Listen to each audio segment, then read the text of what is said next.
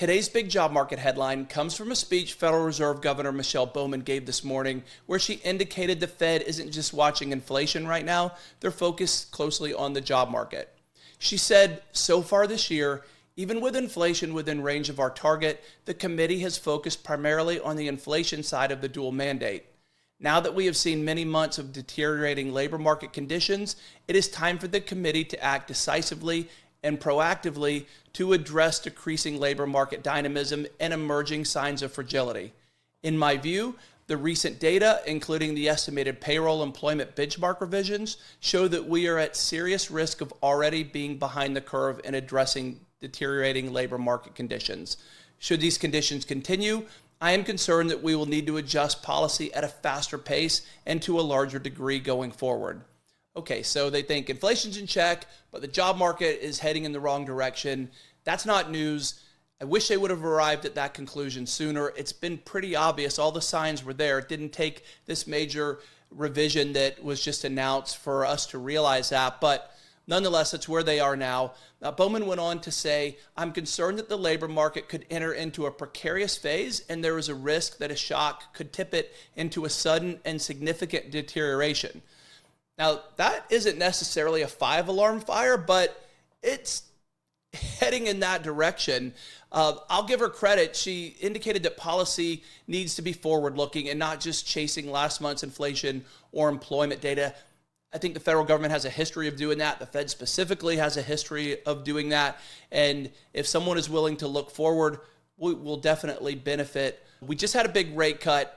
This speech indicates to me a clear signal that there are more to come sooner than later. And I'm glad they don't want the job market to get worse. Hopefully they act soon. In other news, Google just dropped a stat that should catch everyone's attention. 90% of technology workers now use AI on the job. That is a massive leap from just 14% last year. These findings comes from Google's Dora Research division based on a survey of 5,000 global technology professionals. And at Google itself, AI isn't optional.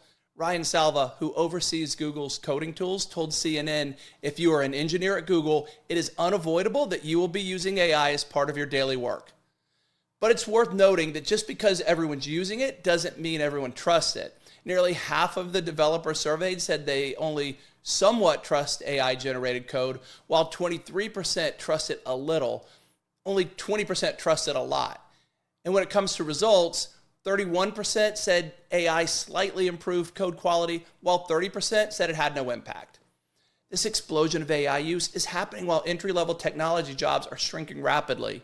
The New York Fed recently reported unemployment for computer science grads now tops fields like art history, and indeed shows software engineering job postings are down 71% since February 2022. So AI is clearly reshaping the career ladder. It's helping experienced engineers go faster, but it's making it increasingly difficult for new grads to get their foot in the door. So that's the real story here to me is AI is unavoidable. We know that in every aspect of life, specifically in technology. But the question is less about adoption and more about whether the industry can balance those efficiency gains with the opportunities that need to be there for the next generation of workers. So we'll have to see what happens there as time goes on.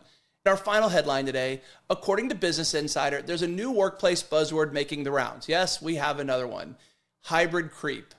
It describes how employers are slowly but steadily ratcheting up the number of days employees must be in the office.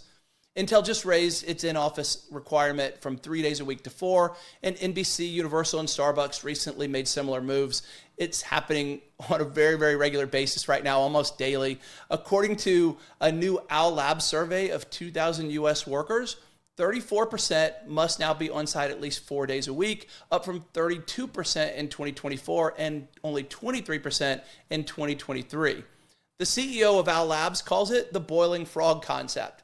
Rather than forcing workers back all at once, companies are turning up the heat gradually so employees adapt without, jumping out of the pot.